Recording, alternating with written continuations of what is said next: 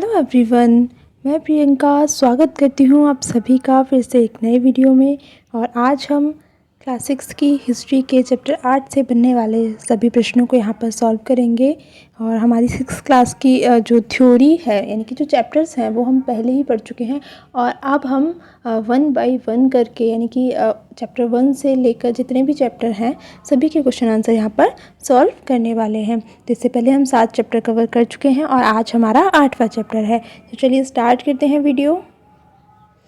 हमारा इस चैप्टर यानी कि चैप्टर 8 का जो फर्स्ट क्वेश्चन है वो ये है कि तमिल क्षेत्र में बड़े भूस्वामियों को क्या कहते थे। तो देखिए इसका जो आंसर होगा वो होगा वेलल्ला। यानी कि तमिल क्षेत्र में यानी कि हमारा जो भारत है उसके दक्षिण क्षेत्र में जो तमिल क्षेत्र है उसमें बड़े जो भूस्वामी होते थे इनके पास बहुत सारी ज़मीन होती थी, खुद की ज़मीन के मालिक होते थे, उनको वेलल्ला कहकर बुलाया जाता था। अगला प्रश्न है कि भारतीय उपमहाद्वीप में लोहे का प्रयोग कब प्रारंभ हुआ। तो लोहे के प्रयोग की अगर हम बात करें तो भारतीय उपमहाद्वीप में लोहे का प्रयोग 3000 साल पहले प्रारंभ माना जाता है। अगला क्वेश्चन देखते हैं। अगला क्वेश्चन है कि देश के उत्तरी हिस्से में यानी कि अभी बात हो रही थी तमिल क्षेत्र की, लेकिन हम उत्तरी हिस्से की बात करें तो यहाँ पर गांव का प्रधान यानी कि जो ग्राम प्रधान होता था उसको क्या बुलाया जाता था या वो व्यक्ति क्या कहलाता था। तो इसका आंसर होगा ग्राम भोजक। यानी कि उत्तरी हिस्से में गांव का प्रधान व्यक्ति जो होता था जिसे हम आज लोग ग्राम प्रधान के नाम से संबोधित करते हैं, कहीं कहीं सरपंच बुलाया जाता है, उस समय उसको ग्राम भोजक बुलाया जाता था। नेक्स्ट क्वेश्चन है कि ग्राम भोजक के पद पर कौन होता था। यानी कि किस व्यक्ति को गांव का प्रधान बनाया जाता था। जैसे आज के समय में हम लोग मतदान के ज़रिए अपना ग्राम प्रधान या देश का प्रधानमंत्री या अपने राज्य का मुख्यमंत्री चुनते हैं। तो पुराने समय में किस तरीके से ग्राम भोजक चुना जाता था। तो गांव का सबसे बड़ा भूस्वामी यानी कि जिसके पास सबसे ज़्यादा गांव में ज़मीन होती थी उसे ही ग्राम भोजक के पद के लिए योग्य माना जाता था और उसे ही ग्राम भोजक बनाया जाता था। तो भूमि के आधार पर ये निर्णय लिया जाता था। लेकिन आजकल हम लोग देखते हैं कि मतदान के जरिए जो जनता है वो अपने प्रधान का या अपने नेता का चुनाव करती है। नेक्स्ट क्वेश्चन है कि तमिल क्षेत्र में जो साधारण हलवाई थे यानी कि जो जिनके पास कम ज़मीन होती थी उनको क्या कहते थे। तो साधारण हलवाओं को उड़वार कहकर संबोधित किया जाता था। तो उड़वार किसके लिए शब्द प्रयोग होता था, साधारण हलवाओं के लिए। अब हम बात करें भूमिहीन मजदूर की। तो तमिल क्षेत्र में भूमिहीन मजदूर यानी कि ऐसे लोग जिनके पास खुद की ज़मीन नहीं होती थी, वो दूसरे की ज़मीन पर मजदूरी करते थे, वो व्यक्ति क्या कहलाते थे। तो ऐसे व्यक्ति कड़ैसियार और आदिमई ये 2 शब्द इनके लिए प्रयोग में लाए जाते थे। कहाँ पर, तमिल क्षेत्र में। तो आपको ये नाम याद रखने हैं। नेक्स्ट है यहाँ पर एक टर्म है गृहपति। तो गृहपति किसके लिए प्रयोग किया जाता था यानी कि गृहपति कौन होते थे। तो स्वतंत्र कृषक यानी कि ऐसे किसान जिनके पास खुद की ज़मीन है और वो किसी के अधीन नहीं है यानी कि किसी दूसरे की ज़मीन पर मजदूरी नहीं कर रहे हैं, ऐसे लोग गृहपति कहलाते थे। अगला है कि तमिल की जो प्राचीनतम रचनाएं हैं उनको क्या कहा जाता था। यानी कि तमिल क्षेत्र में जो सबसे पुरानी रचनाएं हैं उनके लिए एक शब्द प्रयोग किया जाता था और आई होप आप सभी ने ये शब्द सुना भी होगा। तो संगम कहा जाता था उनको, एक अलग सा शब्द है संगम। तो तमिल की प्राचीनतम रचनाओं के लिए ये शब्द प्रयोग में लाया जाता था। अगला प्रश्न है कि संगम साहित्य की रचना कब हुई। तो संगम जो साहित्य था इसकी रचना कब हुई। तो 2300 साल पहले यानी कि वर्तमान से 2300 साल पहले संगम साहित्य की रचना हुई। अब आपने संगम शब्द तो सुना, लेकिन आपके दिमाग में आ रहा होगा कि इसे संगम क्यों कहते हैं। तो इनका नाम संगम ही क्यों पड़ा। तो वो इसलिए क्योंकि मदुरै एक शहर का नाम है, वहाँ पर कवियों के सम्मेलनों में यानी कि कवि सम्मेलनों में इनका संकलन किया जाता था। तो वहाँ पर बहुत सारे कवि मिलते थे और ये जो साहित्य है इसको लिखा गया, इसका संकलन किया गया, इसीलिए इसे संगम साहित्य कहकर संबोधित किया जाता है। और अब से 2300 साल पहले इसकी रचना हुई थी। आगे बढ़ते हैं। अगले प्रश्न पे अगला क्वेश्चन हमारा कहता है कि जातक कहानियों का संकलन किसने किया था। तो जातक कहानियों का संकलन बौद्ध भिक्षुओं ने किया था और ये माना जाता है कि ये जो कहानियाँ हैं ये महात्मा बुद्ध के पूर्व जन्म से संबंधित कहानियाँ मानी जाती हैं। नेक्स्ट है कि सांची के स्तूप कहाँ पर स्थित हैं। तो बहुत ही प्रसिद्ध है, सांची के स्तूप मध्य प्रदेश में आपके स्थित है।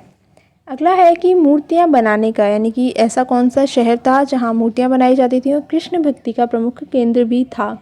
तो जैसे ही कृष्ण भक्ति, कृष्ण का नाम सुनते ही आप सभी के दिमाग में सीधे ही उस शहर का नाम आ गया होगा जहाँ पर श्री कृष्ण का जन्म हुआ था, और वो है मथुरा। तो मथुरा जो था वो उस समय मूर्तियाँ बनाने का और कृष्ण भक्ति का प्रमुख केंद्र माना जाता था। इसके बाद है कि ये जो मथुरा था एक बहुत ही महत्वपूर्ण शहर था, क्योंकि एक ऐसा राजवंश था जिसने अपनी राजधानी बनाया था। तो कौन था वो राजवंश जिसने मथुरा को अपनी राजधानी बनाया था। तो वो था आपका कुषाण वंश। कुषाणों ने मथुरा को अपनी दूसरी राजधानी बनाया था।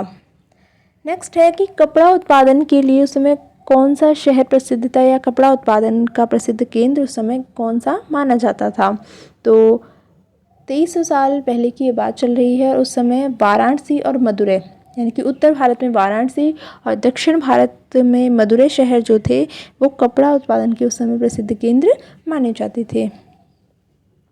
नेक्स्ट है कि श्रेणी क्या था। तो अगर आपसे पूछे कि श्रेणी क्या है तो आपको 4 ऑप्शन दे दिए जाएंगे और चारों ऑप्शन आपको ऐसे मिलते जुलते मिलेंगे वहाँ पर, या फिर अगर आपने पढ़ा ही नहीं है तो आपको समझ में आएगा ही नहीं नाम से कि श्रेणी क्या है। तो देखिए, शिल्पकार और व्यापारियों के जो संघ थे उस समय उन्हें श्रेणी बुलाया जाता था, यानी कि जो भी शिल्पकार होते थे, व्यापारी थे, वो अपने समूह बना लेते थे अपने सार्वजनिक हितों की रक्षा के लिए, या जब भी व्यापारी काफिला बनाकर चलते थे, या फिर बैंक के रूप में भी ये श्रेणियाँ काम करती थी। तो शिल्पकार और व्यापारियों के संघ को श्रेणी कहा जाता था। नेक्स्ट क्वेश्चन है कि भरूच का यूनानी नाम क्या था। यानी कि जो भरूच है एक जगह का नाम है, तो इसे यूनानी लोग किस नाम से बुलाते थे। तो बेरिकाजा जो है वो भरूच का यूनानी नाम है। नेक्स्ट क्वेश्चन है कि जो दक्षिण भारत था वो किस लिए प्रसिद्ध था। तो दक्षिण भारत वैसे तो काफ़ी चीज़ों के लिए प्रसिद्ध है, लेकिन आपकी जो चैप्टर में पर्टिकुलर दिया हुआ है वो है काली मिर्च और कीमती पत्थरों के लिए। तो देखिए, जो काली मिर्च है इन्हीं का व्यापार करने पुर्तगाली, अंग्रेज़ वगैरह ये सब लोग आते थे समुद्र के किनारे से जहाज़ों के माध्यम से, और धीरे धीरे पहले ये व्यापारी बनकर आए और इन्होंने धीरे धीरे हमारे देश पर राज करना प्रारंभ कर दिया। तो काली मिर्च यहाँ की रोम साम्राज्य में भी बहुत प्रसिद्ध थी।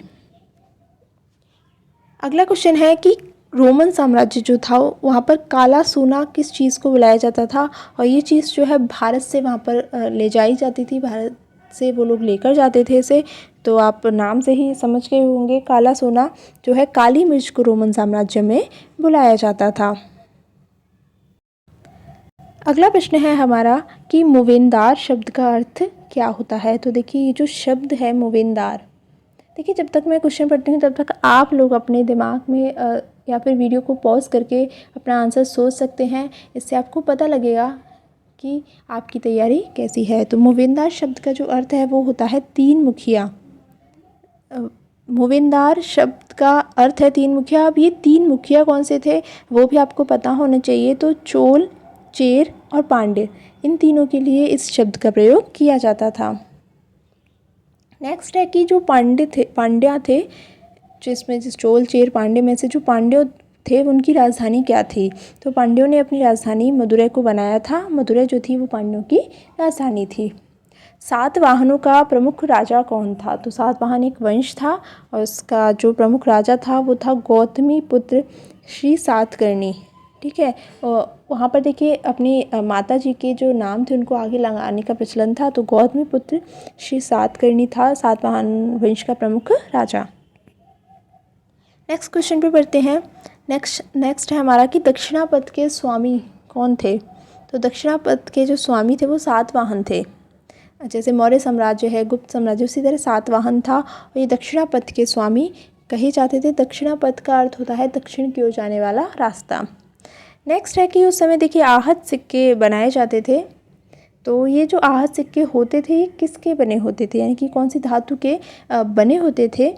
तो आहत सिक्कों की अगर हम बात करें तो ये चांदी या तांबे के बनाए जाते थे। नेक्स्ट है हमारा क्वेश्चन कि रेशम बनाने की जो तकनीक है इसका आविष्कार सबसे पहले कहाँ हुआ था। तो रेशम बनाने की तकनीक जो है इसका आविष्कार आपका 7,000 साल पहले हुआ था और चीन में हुआ था, यानी कि रेशम बनाने की जो तकनीक है वो चीन से आई है। नेक्स्ट है कि सिल्क रूट जो था उस पर नियंत्रण रखने वाले शासक कौन थे। तो कुषाण जो है वो सिल्क रूट पर नियंत्रण रखते थे। भारतीय उपमहाद्वीप में सबसे पहले सोने के सिक्के जारी करने वाले कौन से शासक थे या कौन सा वंश था। तो इस उपमहाद्वीप में सबसे पहले सोने के सिक्के जिसने जारी किए थे वो थे कुषाण। कुषाणों ने ही सबसे पहले सोने के सिक्के जारी किए थे। नेक्स्ट है कि कुषाणों का सबसे प्रसिद्ध राजा कौन था। तो कुषाणों के सबसे प्रसिद्ध राजा की अगर हम बात करें तो कनिष्क जो था वो कुषाणों का सबसे प्रसिद्ध राजा माना जाता है। तो ये थे आपके चैप्टर 8 के सभी प्रश्न। आई होप आपको इनसे हेल्प मिलेगी आपके आने वाले एग्ज़ाम में। तो आज के लिए हम इतना ही पढ़ेंगे, मिलते हैं नेक्स्ट वीडियो में किसी नए टॉपिक के साथ। तब तक के लिए थैंक यू सो मच।